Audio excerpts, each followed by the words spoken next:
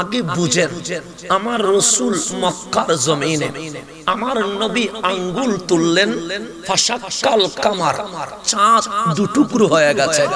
আবু জাহেল দেখেছে চোখে, নবী চিনে নাই। আমার নবী পশ্চিম হাত দিয়েছে, ডুবন্ত সূর্য উঠে গেছে। আবু জাহেল দেখেছে, নবী চিনে নাই। সাহাবায়ে কেরাম আসলো, নবী গো, আমাদেরকে কেউ পানি দেয় না, বড় তৃষ্ণার্ত, পানি লাগবে।